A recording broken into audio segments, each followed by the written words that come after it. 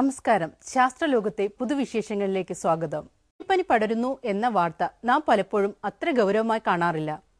പക്ഷികളുമായി അടുത്ത് ഇടപെടുന്നവരെ മാത്രമേ അത് ബാധിക്കൂ എന്ന ധാരണയാണ് ഇതിനടിസ്ഥാനം. എന്നാൽ മനുഷ്യരിൽ നിന്നും മനുഷ്യരിലേക്ക് പടരാവുന്ന തരത്തിൽ പക്ഷിപ്പനി വൈറസിന് ജനിതക വ്യതികരണം സംഭവിച്ചിരിക്കുന്നു എന്നതാണ് പുതിയ പഠനങ്ങൾ തെളിയിച്ചിരിക്കുന്നത്. മനുഷ്യർക്കിടയിൽ അതിവേഗം പടരുന്ന ഒരു പകർച്ചവ്യാധിയായി മാറാൻ പക്ഷിപ്പനിക്ക് കഴിയും എന്ന് വ്യക്തമാക്കുന്ന ഗവേഷണ പഠനങ്ങൾ പ്രശസ്ത അന്താരാഷ്ട്ര ജേണലായ നേച്ചറിലും സയൻസിലുമാണ് പ്രസിദ്ധീകരിക്കപ്പെട്ടിരിക്കുന്നത്.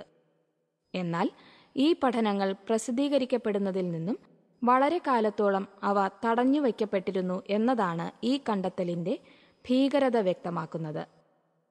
ബയോ ടെററിസം അഥവാ ജീവിയ ഭീകരവാദത്തിനായി ഉപയോഗിക്കപ്പെടാം എന്ന സാധ്യതയാണ് ഈ ഗവേഷണ പഠനങ്ങൾ തടഞ്ഞുവയ്ക്കപ്പെടാൻ കാരണമായത്.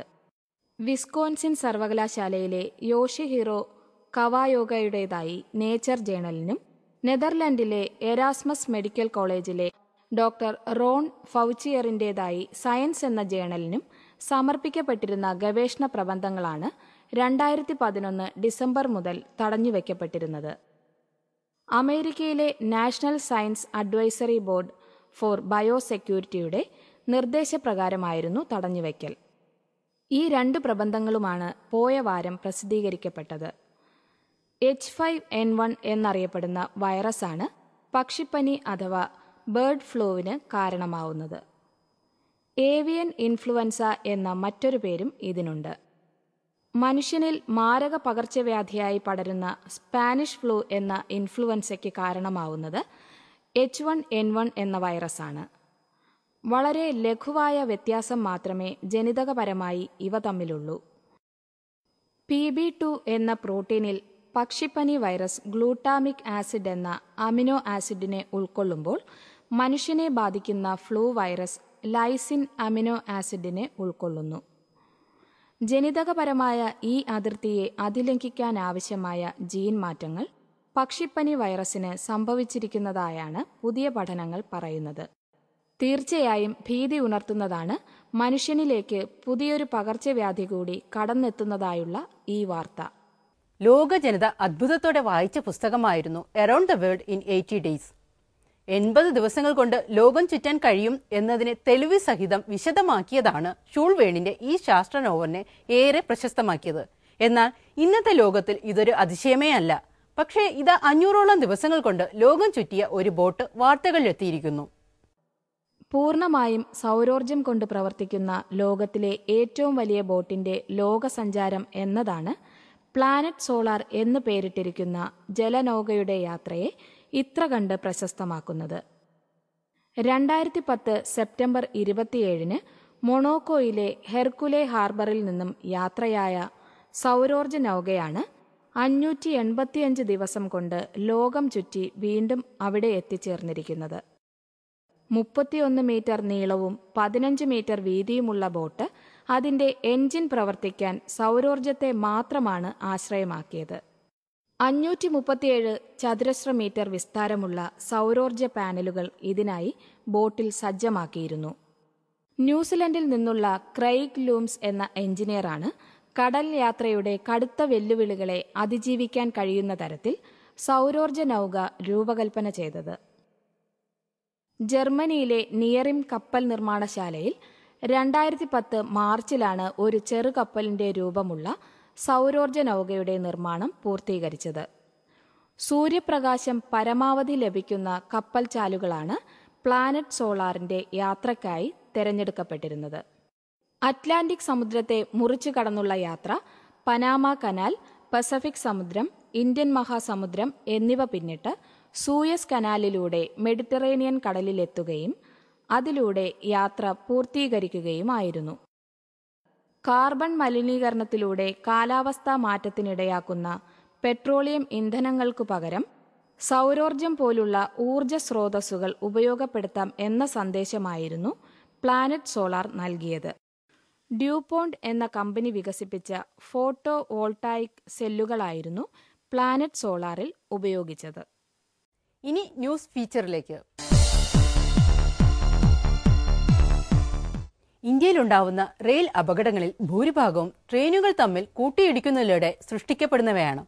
പാളത്തിലെ തടസ്സം മുന്നിൽ കണ്ട് ട്രെയിൻ നിർത്താനുള്ള സംവിധാനം നിലവിലില്ലാത്തതാണ് ഇതിനു കാരണം. ഇപ്പോൾ ഉപഗ്രഹ സാങ്കേതിക വിദ്യയുടെ സഹായത്തോടെ അത്തരമൊരു സംവിധാനത്തിന് തുടക്കം കുറിച്ചിരിക്കുകയാണ് ഇന്ത്യ.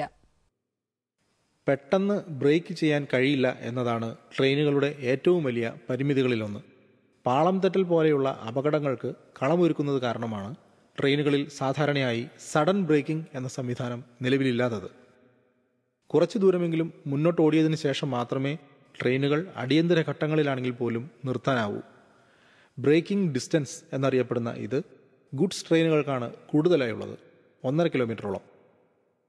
പാസഞ്ചർ ട്രെയിനുകളുടെ കാര്യത്തിൽ ഇത് അല്പം കുറവാണെങ്കിലും തീരെ കുറവല്ല. 1 കിലോമീറ്ററെങ്കിലും ഓടിയ ശേഷമേ വേഗം കുറച്ച് ട്രെയിൻ നിർത്താനാവൂ. ഇന്ത്യയിലെ ട്രെയിനുകൾ ഒരു പരിധിയിൽ കൂടുതൽ വേഗത്തിൽ സഞ്ചരിപ്പിക്കുന്നതിൽ ഈ പരിമിതി ഒരു തടസ്സമായി മാറുന്നുണ്ട്. ഇതിന് പരിഹാരമാണ് ഇപ്പോൾ നിലവിലെത്തിയിരിക്കുന്ന സിമ്രാൻ സങ്കേതം. Satellite imaging for rail navigation എന്നതാണ് സിമ്രാൻ എന്നതിൻ്റെ പൂർണ്ണരൂപം. ഇത് പ്രവർത്തനക്ഷമമാക്കുന്നതിലൂടെ ഒരേ ട്രാക്കിൽ ഒരേ ദിശയിലോ വിപരീത ദിശയിലോ സഞ്ചരിച്ചുകൊണ്ടിരിക്കുന്ന ട്രെയിനിൻ്റെ സാന്നിധ്യം കിലോമീറ്ററുകൾക്ക് മുമ്പ് തന്നെ തിരിച്ചറിയാൻ ഓരോ ട്രെയിനിൻ്റെയും ലോക്കോ പൈലറ്റിന് സാധിക്കും. ഇതിലൂടെ ട്രെയിൻ നിർത്താനും അതിലൂടെ അപകടം ഒഴിവാക്കാനുമാവും. മാത്രമല്ല, ഗ്ലോബൽ പൊസിഷനിംഗ് സിസ്റ്റം അഥവാ GPS-ൻ്റെ സഹായത്തോടെ ഏതൊരു ട്രെയിനിൻ്റെയും ട്രാക്ക് നില 10 മീറ്റർ കൃത്യതയോടെ അറിയാനുള്ള സംവിധാനവുമുണ്ട്. ഇൻസാറ്റ് 3C ഉപഗ്രഹം ഉപയോഗിച്ചുകൊണ്ടാണ് സിമ്രാൻ പ്രവർത്തിക്കുന്നത്. സിഗ്നൽ തകരാറു മൂലമുള്ള ട്രെയിൻ അപകടങ്ങളും ഇല്ലാതാക്കാൻ സിമ്രാൻ സംവിധാനത്തിന് കഴിയും. രാജധാനി, ശതാബ്ദി ട്രെയിനുകളിലായിരിക്കും ഈ സംവിധാനം ആദ്യം ഉപയോഗിക്കുന്നത്. ഇന്ത്യൻ റെയിൽവേയുടെ വിവര സാങ്കേതികതാ വിഭാഗമായ centre for railway information systems അഥവാ ക്രിസ്, ഇന്ത്യൻ ബഹിരാകാശ സംഘടനയായ ISROയുമായി ചേർന്നാണ് സിമ്രാൻ വികസിപ്പിച്ചത്. ഇനി ന്യൂസ് സ്പെഷ്യൽ.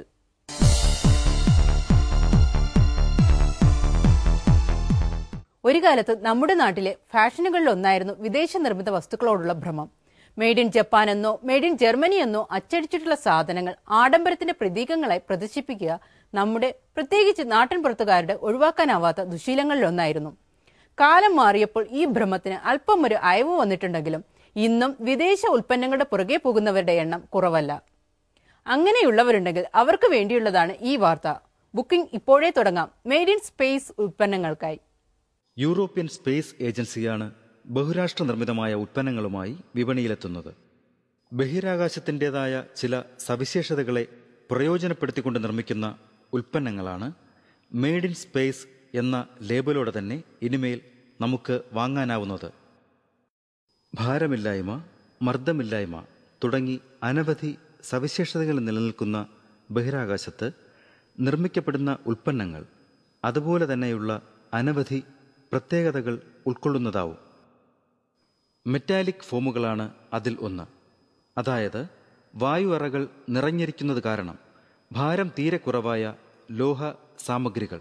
വാഹനങ്ങളുടെ സ്പെയർ പാർട്സുകളായി വരുന്ന ഇവ കാറിൻ്റെയും മറ്റും ഭാരം വളരെ കുറയ്ക്കുന്നതാവും.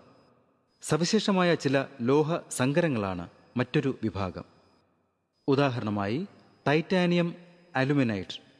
ഇതിലൂടെ എഞ്ചിനുകളുടെ ഭാരം 50% കുറയ്ക്കാനാവുമെന്നാണ് കണ്ടെത്തപ്പെട്ടിരിക്കുന്നത്.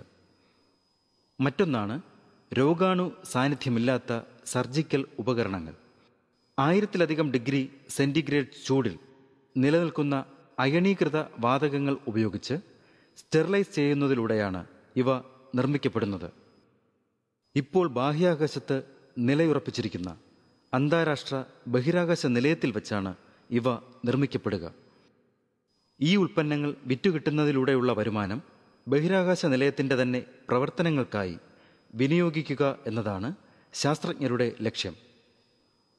ലോകത്തിലെ ഏറ്റവും വലിയ പാക്കേജ് ഫുഡ് കമ്പനിയായ നെസ്ലെ ബഹിരാകാശത്ത് വെച്ച് പാക്ക് ചെയ്ത ചില വിശേഷ ഭക്ഷ്യോൽപ്പന്നങ്ങൾ വിപണിയിലിറക്കാനും ആലോചിക്കുന്നുണ്ട്. നമുക്ക് താങ്ങാവുന്ന വിലയായിരിക്കുമോ ഇവയ്ക്കെല്ലാം എന്നതാണ് ഇനിമേൽ കണ്ടറിയേണ്ടത്. ശാസ്ത്രലോകം പോയ വാരം ഇവിടെ അവസാനിക്കുകയാണ്. വീണ്ടും അടുത്ത ആഴ്ച ഇതേ സമയം.